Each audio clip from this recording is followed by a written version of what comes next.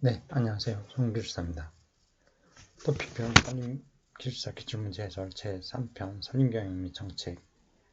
이번 시간은 제10강 2교시입니다. 토픽 96번 산림경영 분야에서의 GIS 응용입니다.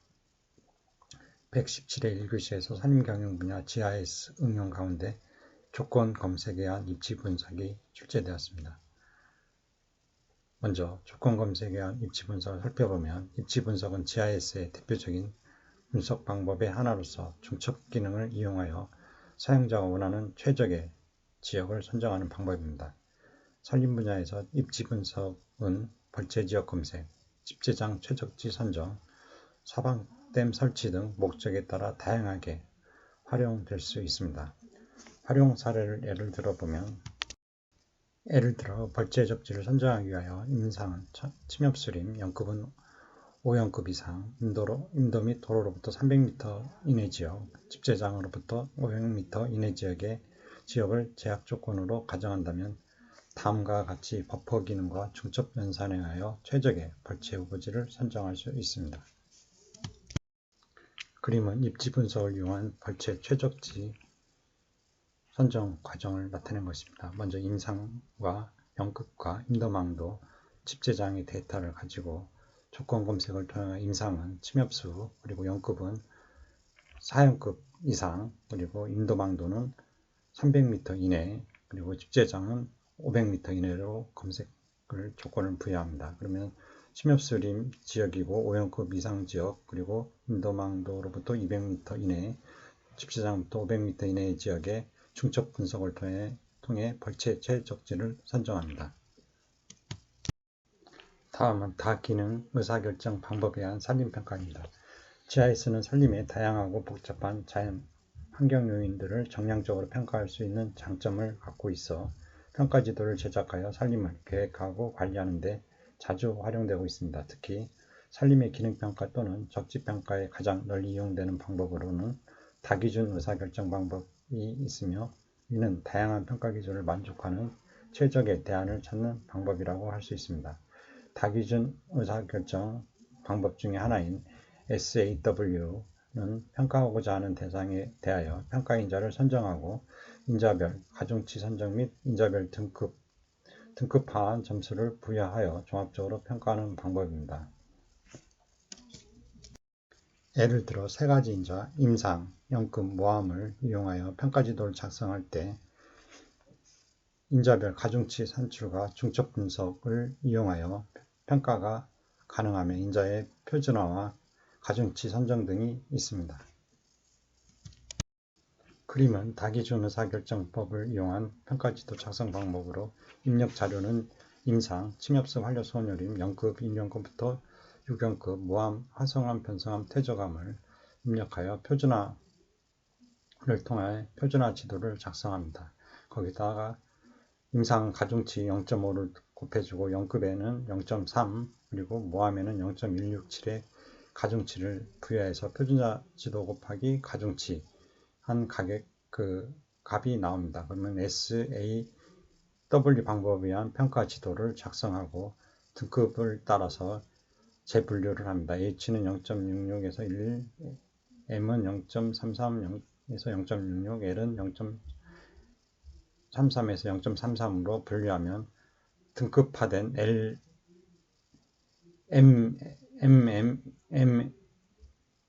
HML의 등급화된 지도가 나타납니다.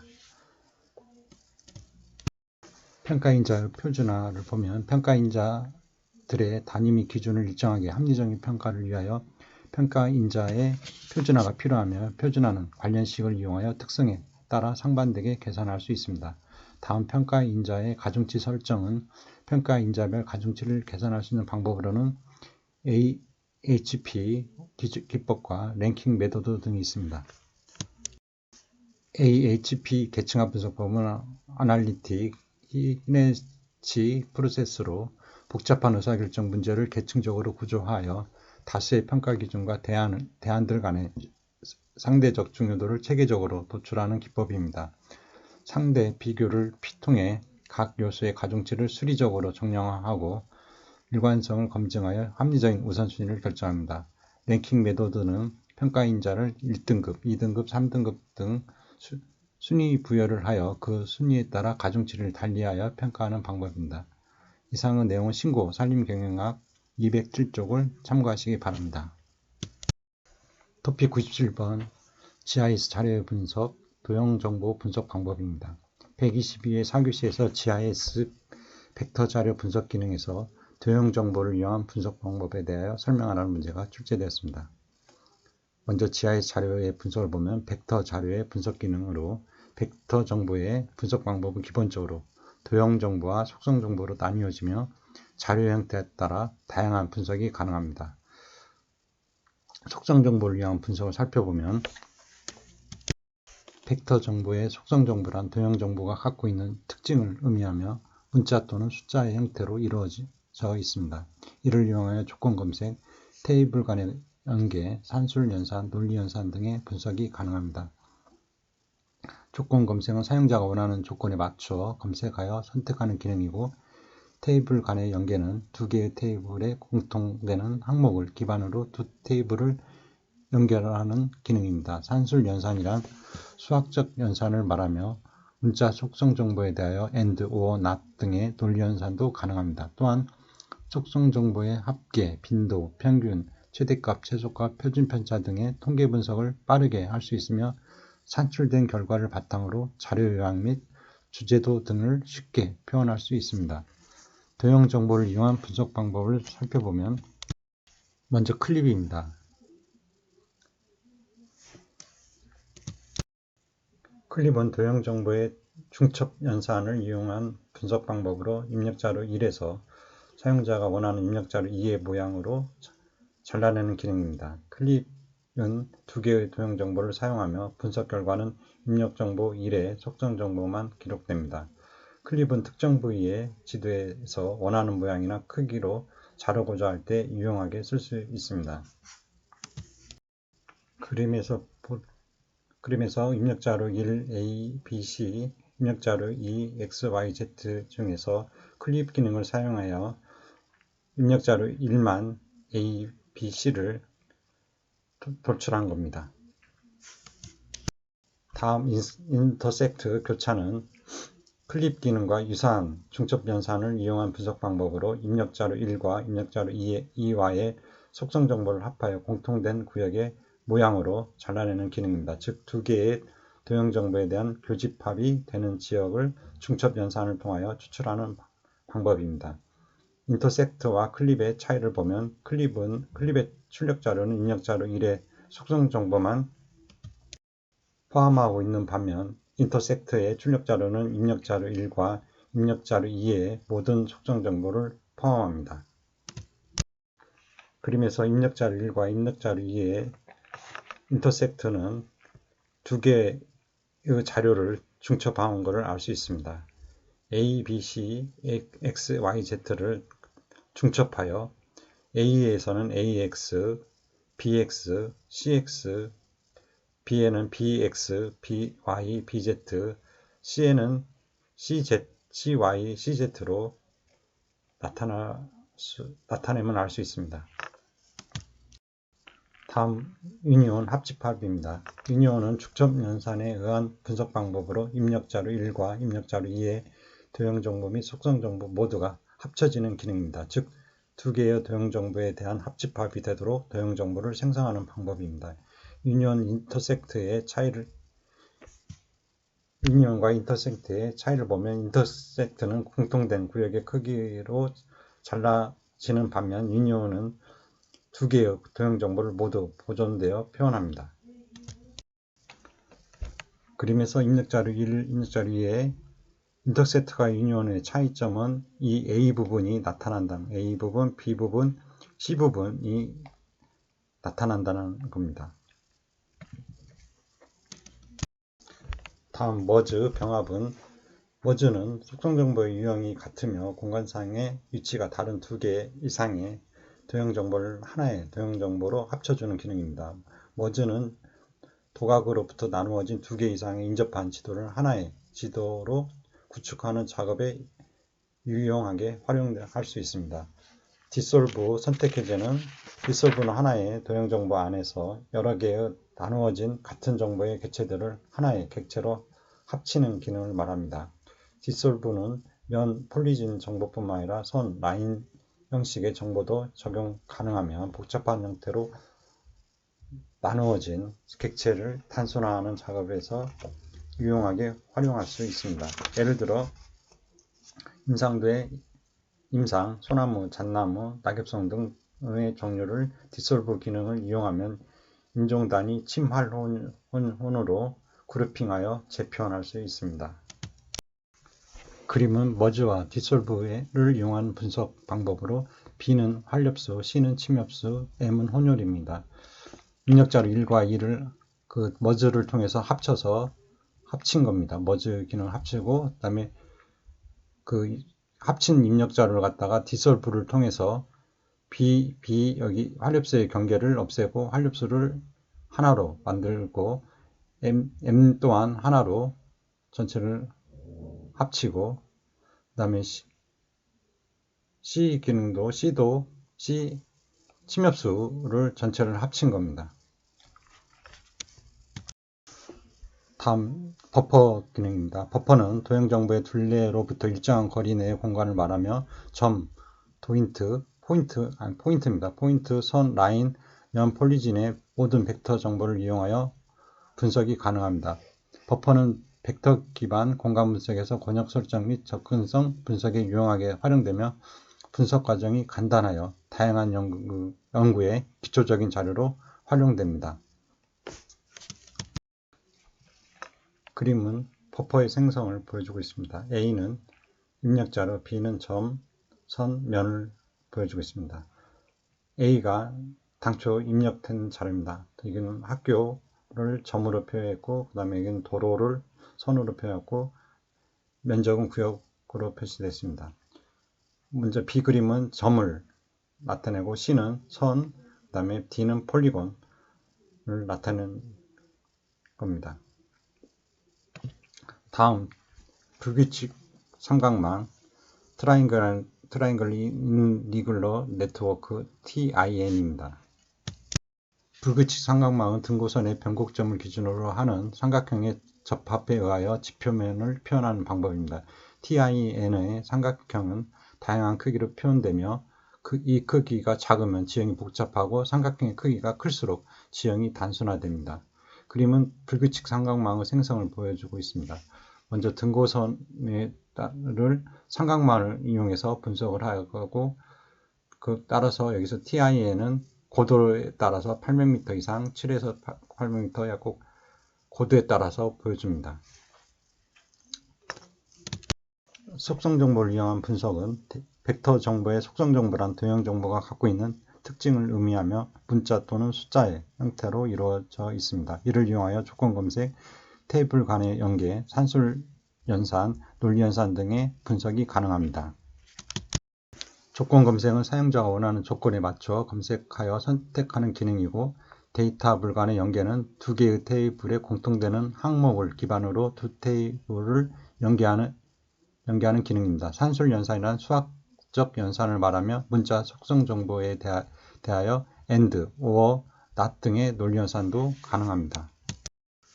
또한 속성 정보의 합계, 빈도, 평균, 최대값, 최소값, 평균, 표준 편차 등의 통계 분석을 빠르게 할 수 있으며 산출된 결과를 바탕으로 자료 요약 및 주제도, 산림청에서 제공되는 주제도의 종류와 특성을 참조하시기 바랍니다. 등을 쉽게 표현할 수 있습니다. 이상의 내용은 신고 산림경영학 201쪽을 참고하시기 바랍니다. 토픽 98번 수치지도와 지리정보 시스템입니다. 132의 2교시에서 수치지도와 지리정보 시스템, 그리고 137의 1교시에서 수치지도가 각각 출제되었습니다. 지도의 개념 및 용도를 보면 지도는 일반적으로 지구 표면의 일부나 전부의 상태를 기호나 문자를 사용하여 실제보다 축소하여 평면상에 나타낸 것을 의미합니다.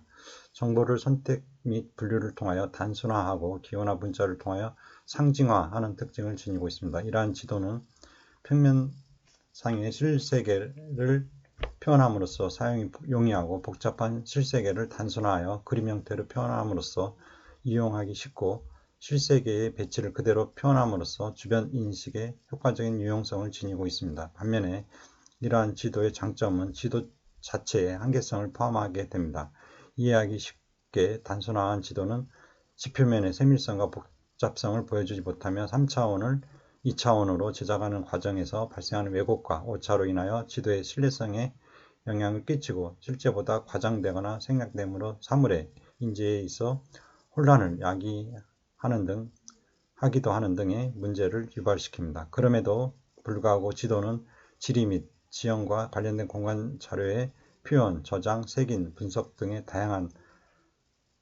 용도로 다양한 분야에서 다양한 형태로 이용되고 있습니다. 산림 경영 분야에서도 조사, 계획, 그리고 각종 분석의 지도가 광범위하게 활용되고 있습니다. 지도의 종류를 보면 지도는 사용 목적과 기능에 따라 매우 다양한 형태로 제작됩니다. 지도는 보통 목적, 축적, 제작 방법, 형식, 표현법, 투영법, 대상지역 등에 따라 분류합니다. 목적에 따라서는 지도를 자연대상물 및 인공물의 지리적 위치에 중점을 둔 일반도와 하나의 특정한 목적을 위하여 제작하는 주제도로 구분할 수 있습니다. 일반도에서는 지리적 현상의 중요성이 동일하게 표시되며 어느 한 사물이 특별히 강조되지 않습니다. 일반도를 대표하는 것으로는 지형도를 들 수 있습니다. 이에 비하여 주제도는 다양한 주제 및 현상에 대한 공간적 분포 및 특징을 나타냅니다. 산림 경영과 관련이 있는 대표적인 주제도로는 임상도, 산림 입지도, 토지 피복지도 등을 들 수 있습니다. 제작 방법에 따라서는 직접 측량에 의하여 제작된 실측도, 기존 지도의 편집을 통하여 제작된 편집도, 기존 도면을 집성하여 제작한 집성도로 구분합니다. 또한 축적에 따라서는 대축적, 중축적, 소축적 지도로 구분합니다. 최근에는 대부분의 지도가 디지털화되면서 지도를 수치지도와 종이지도로 구분하기도 합니다. 수치지도와 지리정보 시스템을 살펴보면 수치지도 디지털 맵이란 지도상에 표시해야 할 각종 정보를 전산화한 지도를 일컫습니다. 수치지도는 도로, 건물, 하천, 지형 등의 지형 공간 정보를 컴퓨터가 처리할 수 있는 디지털 형태로 나타낸 전자지도를 말합니다. 수치지도의 장점은 축적 변환, 투영 변환, 다른 수치지도와의 통합 출력 등이 자유롭다는 것입니다. 그러나 초기에 수치지도 구축에 필요한 시스템의 구입 비용, 인력 및 조직의 운영, 제도 등에 많은 투자를 해야 한다는 것이 단점으로 지적되고 있습니다. 수치지도는 수치화된 모든 지도를 일컫는 반면 지리정보 시스템 GIS는 이러한 수치지도를 제작하고 수치지도를 활용하여 다양한 공간 분석이 가능한 정보 시스템을 일컬었습니다. GIS는 다양한 기술, 방법 및 분야들의 결합으로 이루어지므로 개념과 활용이 다양한 편입니다.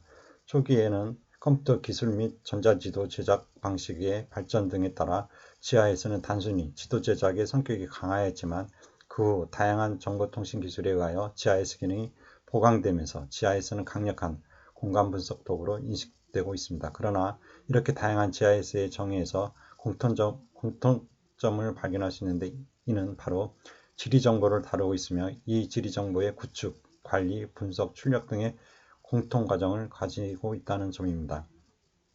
이러한 측면을 종합하여 볼 때 지리정보 시스템은 다양한 지리정보를 구축, 관리, 분석, 출력 등의 과정을 통하여 공간 정보를 얻는 동시에 공간 의사 결정에 도움을 주는 시스템이라고 정의할 수 있습니다. 이상의 자료는 산림경영학 258쪽을 참고하시기 바랍니다. 토픽 99번 GIS 자료구조에서 라스터형과 벡터형 구조입니다. 125의 4교시에서 GIS 자료의 구조인 라스터형 구조와 벡터형 구조에 대하여 설명하라는 문제가 출제되었습니다. GIS 자료의 구조를 보면 지리 자료의 데이터베이스 구조는 계통형, 네트워크형, 그리고 관계형의 세 종류가 있습니다. 계통형 구조는 질의응답이 가능한 체제로 작성되어 있는 경우 자료의 검색이 용이할 뿐만 아니라 자료의 확장 및 수정이 간단한 키형 구조로서 식물이나 토양형 분류체계를 기본으로 한 데이터베이스 구조입니다. 네트워크형 구조는 여러 가지 도면 및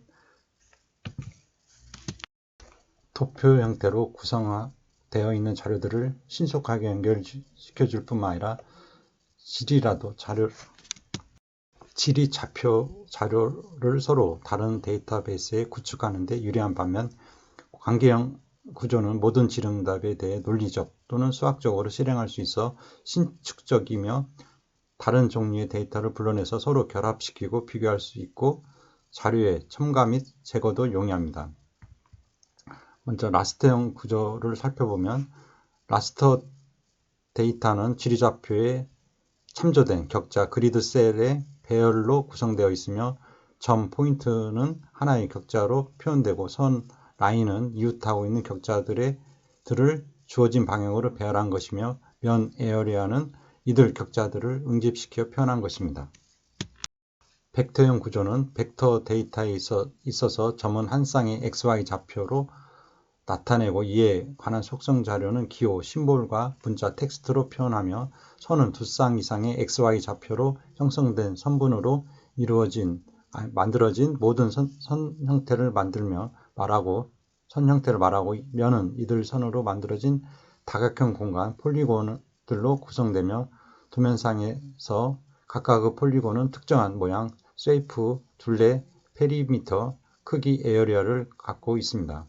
최근에 GIS 시스템은 구축된 지리 자료를 벡터형이나 레스터형으로 서로 변환시킬 수 있는 기능을 갖고 있으며, 일반적으로 컴퓨터 디자인, CAD나 지도 작성, 매핑 시 데이터베이스 구축은 벡터로 작성하고, 컬러 디스플레이는 레스터로 출력하며, 정교한 도면 작성은 벡터형 플로터를 이용하고 있습니다.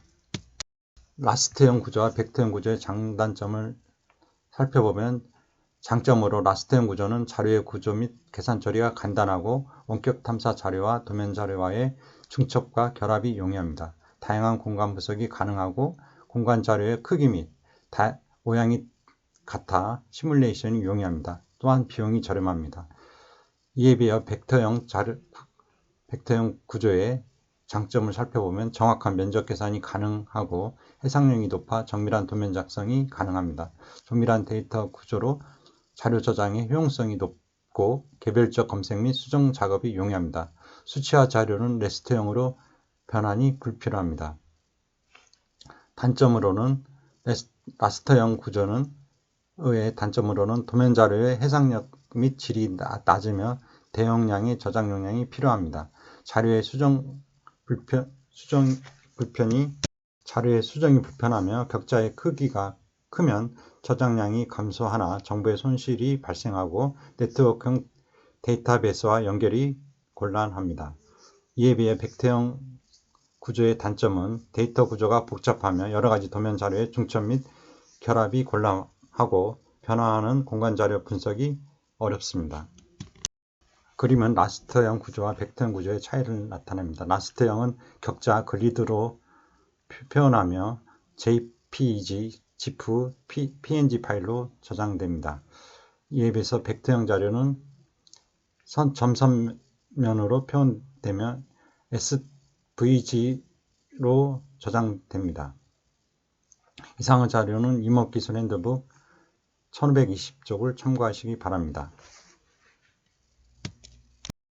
토픽 100번 항공사진입니다.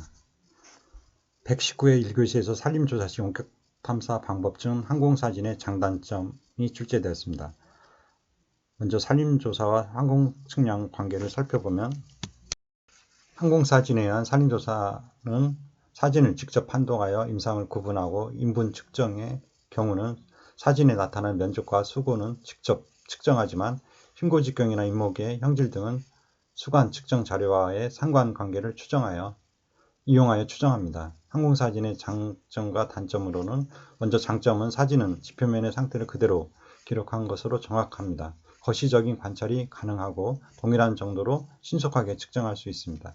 길이, 넓이 등의 2차원적인 측정 및 입체 시에 의하여 용접, 경사 등 3차원적 측정도 가능합니다. 넓은 면적의 조사 시 경제적입니다. 이에 비해 단점으로는 일기의 영향을 많이 받습니다. 좁은 면적일 경우에는 비경제적이며 수간, 하층 직생, 인내의 소로 등 사진에 나타나지 않는 것이 있습니다. 항공 카메라, 도화기 등 사용 기자재의 값이 비쌉니다. 전문적인 기술이 필요합니다. 이상의 내용은 산림과 임업 기술 제3편 산림경영 133쪽을 참고하시기 바랍니다. 항공사진 장단점에 대해서 좀 더 살펴보기로 하겠습니다. 항공사진 측량의 정의를 보면 항공사진은 항공사진 카메라를 탑재한 항공기로 일정한 고도를 유지하면서 지상을 종방향 60%, 횡방향 30%가 중첩되도록 촬영하여 지표면상의 지형 지물을 재현하는 과정이며, 항공사진은 주로 지도 제작을 위하여 촬영하지만 국토의 변화 탐지 및 역사적 자료로도 그 활용 가치가 높은 자료입니다. 항공사진 측량은 영상, 디지털 이미지를 이용하여 길이, 방향, 면적, 제적 등의 위치 형상에 대한 해석과 차원 및 환경현상을 조사 분석하는 등의 특성을 해석하는 학문 또는 전자파에 의한 영상을 이용하여 대상물에 대한 정량적, 위치, 형상, 크기 등의 결정 및 정성적, 자연환경의 특성 조사 및 분석적인 해석을 하는 학문입니다. 항공사진의 장단점을 살펴보면, 장점은 사진은 지표면의 상태를 그대로 기록하는 것이기 때문에 정확합니다. 거시적인 관찰이 가능하며 동일한 정도로 신속하게 측정할 수 있습니다. 길이, 넓이 등의 2차원적인 측정 및 입체 시에 의하여 용접, 경사 등 3차원적 측정도 할 수 있습니다. 넓은 구역을 조사할 때 경제적입니다. 이에 비해 단점으로는 일기의 영향을 받으며 좁은 구역일 경우에는 비경제적입니다. 수간, 하층 직생, 산림 내의 소로 등 사진에 나타나지 않는 것이 있습니다. 항공 카메라, 도화기 등 사용 기자재가 고가이며 전문적인 기술이 필요합니다. 이상은 산림 측량학 182쪽을 참고하시기 바랍니다. 계속해서 원가 탐사의 필요성 및 문제점을 살펴보도록 하겠습니다. 원격 탐사의 개요는 지구상의 모든 물체는 태양으로부터 광선을 받으면 넓은 파장력에 걸쳐서 각각 고유의 전자기파 에너지를 반사 또는 방사하는 특징을 지니고 있으며, 물체의 종류나 상태에 따라 분광 반사의 특성이 다르게 나타납니다. 이러한 측면에서 원격 탐사란 물리적인 접촉 없이 지상의 물체를 파악하는 종합적인 기술로서 지표면의 임의의 지점에서 반사 또는 방사되는 전자기 복사 에너지를 측정하여 그곳의 물리화학적인 성질을 파악하는 것을 말합니다. 원격 탐사에 이용되는 대부분의 센서는 가시광선과 적외선 파장대는 물론 열적외선 그리고 마이크로 파장대까지 감지할 수 있습니다. 또한 파장대를 몇 개의 채널 밴드로 세분하여 관측하기 때문에 풍부한 정보 수집 능력을 지니고 있으며, 육안으로 식별해낼 수 없는 각종 현상, 즉 실물의 활력도, 수분 함량, 해수면 온도 등을 효과적으로 파악할 수 있습니다. 식물입니다. 그림은 원격 탐사 원리를 그림으로 나타내는 겁니다. 위성이나 항공기를 이용하여서 센서를 통해서 지상고도와 센서 시야각을 내서 영상으로 만든 투영된 지상 시야각의 지름 D를 베타로 해가지고 센서를 통해서 그 영상을 얻을 수 있습니다. 수비나 풀, 나지, 포장도로, 시가지는 태양으로부터 태양 복사열을 받으면 또 반사를 합니다. 반사 태양 복사열을 인공위성에서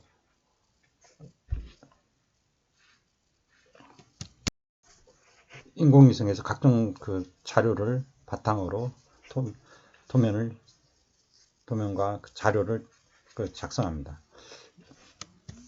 일반적으로 식생은 녹색 파장대 500에서 600